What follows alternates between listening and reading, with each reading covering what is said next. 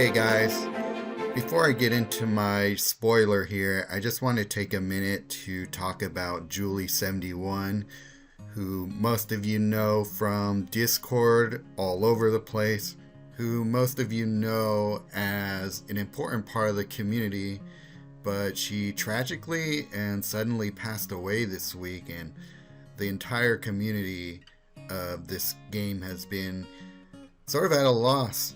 But there have been some really touching words being said about her lately, and yeah, I just wanted to let everybody know that she will be hugely missed, as she already is, and there's been just a great outpouring of support for her family, and all that. So I just wanted to share with you a couple of nice things that people are saying about her that I think gives a good idea of why she was so beloved. So this is from Lars70, another pillar of our community. But on the forums, he wrote a tribute to Julie, our beloved bug catcher. Julie, known to the game as Julie71, a pillar of our community, may never be fully replaced and surely will never be forgotten. Most of the top 10 teams and the larger groups that manage multiple teams like the Power 9, Black Phoenix, Gods of Theros, and From the Ashes have come together to pay a tribute to her and renamed their teams in remembrance of her passing last February 13th. Not only was she a tireless liaison between players and developers in reporting bugs, investigating, and maintaining a list, she was also an avid player with the second most highest known level in the game. She not only loved the game, but also its players. We miss you dearly, Julie. So yeah, that's insane. 583 with a VIP of 47. And look at this. All these coalitions renamed themselves in honor of her, which is pretty touching.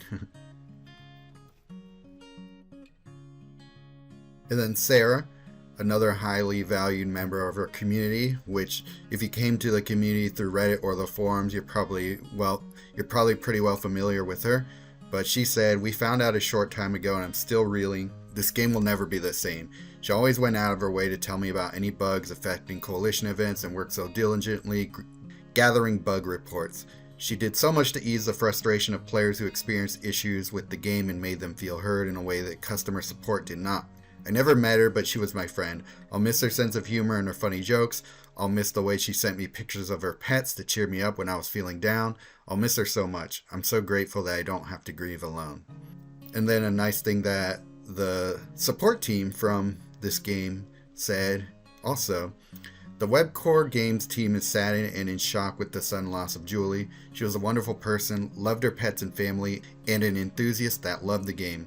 When the transition process began, Julie was one of the first names that appeared when we were briefed by the former community team, always full of praise for her dedication to the game and commitment into being a stoic and impartial bridge between the community and the development team. She welcomed us with open arms and supported us every step of the way, and without her cheerful and long-reaching presence, it's safe to say the transition would not have been the same. Julie cared deeply about the game and its amazing community, always bringing a light-hearted mood and great sense of humor. Every member of our team who got to work with her adored her. We'll miss her deeply, but we hope all the love that is expressed in this thread can bring an ounce of comfort to her friends and family." Speaking of which, I found on Discord, I think it was Bongo the Grey, posted a link to the memorial of hers online. So if she meant anything to you as a person, I urge you to take a look at this, maybe share your thoughts about her there so that her family, who may or may not have known what she meant to this community, can learn a little bit about that from you guys. So if that's something you guys are interested in doing, I'll put the link in the description of this video and you can take action as you see fit. So thanks for listening to me. I know it's a sad situation, but I've just felt like I wanted to say something about that. So on with the spoiler. Okay, we got Leyline of the Guild Pact. It's an 18 mana rare card, but it's all colors. 3 shields, support card, enchantment. At the beginning of your turn, convert 6 gems to your Planeswalker's colors. I'm all in. 6 gems of your planeswalker's colors. That's huge. That's like Erixmithis meets Somberwald Sage, right? Because Somberwald Sage converts 5 gems to green every turn, and then Erixmithis converted, I believe, 4 gems to green and 4 gems to blue. But this is all colors, so it's going to be able to be put on the board with a Mox or anything like that, or Mana Crypt if you got that.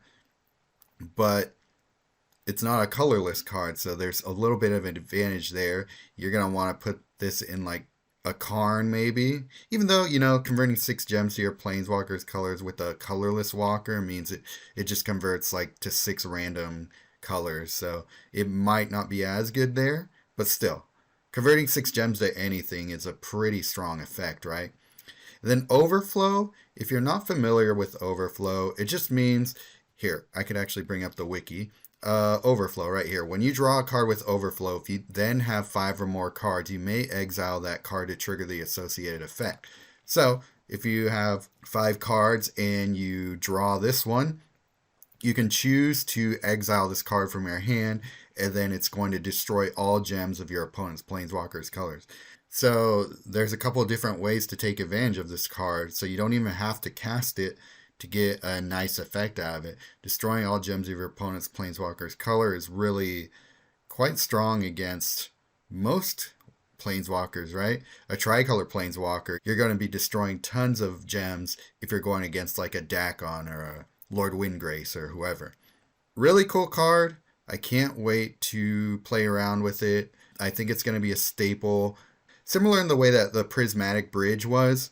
When that was in Standard, you saw that everywhere.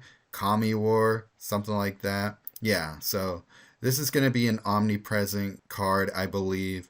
And its only drawback is that it's rare, so it's going to be maybe a little bit harder to chase than some of the mythics and masterpieces in the game, ironically enough. So, yeah, what do you guys think? Let me know. Rest in peace, Julie71, and I'll see you in the next video for my final spoiler.